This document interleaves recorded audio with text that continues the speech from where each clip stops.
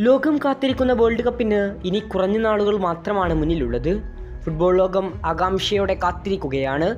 എന്നാൽ ഇതിനിടെ നിലവിലെ ലോക ചാമ്പ്യന്മാരായ അർജന്റീനക്ക് വമ്പൻ തിരിച്ചടിയേകുന്ന വാർത്തകളാണ് പുറത്തു വരുന്നത്.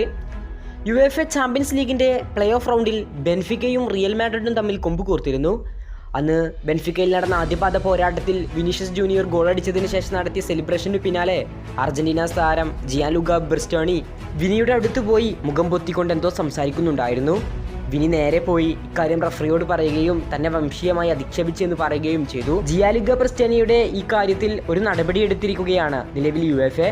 അദ്ദേഹത്തിന് 6 മത്സരങ്ങളിലാണ് സസ്പെൻഷൻ വിധിച്ചിരിക്കുന്നത്. നിലവിൽ 3 മത്സരങ്ങൾക്കാണ് ഇപ്പോൾ സസ്പെൻഷൻ ഉള്ളത്. ഇനി ഇങ്ങനെ ഒരു ആക്ടിവിറ്റി ഉണ്ടായാൽ വീണ്ടും 3 മത്സരങ്ങൾ കൂടി സസ്പെൻഷൻ നേരിടേണ്ടി വരും. നിലവിലുള്ള റൂൾ പ്രകാരം UEFAയുടെ മത്സരങ്ങൾക്ക് മാത്രമേ ഇക്കാര്യം ബാധകമാകൂ, അതായത് യൂറോ കപ്പ്, ചാമ്പ്യൻസ് ലീഗ് എന്നിങ്ങനെ പോലുള്ളതിന്. എന്നാൽ ഇപ്പോൾ UEFA ഫിഫയെ സമീപിച്ചിരിക്കുകയാണ്. ഫിഫയുടെ ഇന്റർനാഷണൽ മത്സരങ്ങൾക്കും ഈ നടപടി സ്വീകരിക്കണമെന്നും അദ്ദേഹത്തിന്റെ സസ്പെൻഷൻ അവിടെയും ബാധകമാക്കണമെന്നുമാണ് UEFAയുടെ നയം. അതേസമയം വേൾഡ് കപ്പിന് ഇനി കുറഞ്ഞ നാളുകളേ ഉള്ളൂ. ജിയാൻലുക ബെർസ്റ്റോണിക്ക് നിലവിൽ ഈ സീസണിൽ ബെൻഫിക്കയ്ക്കൊപ്പം UEFAയുടെ മത്സരങ്ങളൊന്നുമില്ല.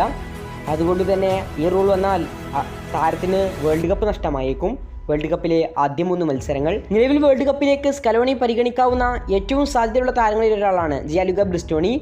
കഴിഞ്ഞ ഫ്രണ്ട്ലി മത്സരങ്ങളിലെല്ലാം സ്ക്വാഡിലേക്ക് കോളപ്പ് ചെയ്തിരുന്നു സ്കലോണി ഏറെ വിശ്വാസത്തോടെയാണ് യുവ സൂപ്പർ താരത്തെ നോക്കിക്കാണുന്നത്. ഇടത് വിങ്ങിലെ അതിവേഗ മുന്നേറ്റം തന്നെയാണ് താരത്തെ സ്പെഷ്യലാക്കുന്നതും. UEFAയുടെ ഈ ആവശ്യം ഫിഫ പരിഗണിച്ചാൽ ഏറ്റവും വലിയ തിരിച്ചടിയാകുക അർജന്റീനയ്ക്ക് തന്നെയാകും.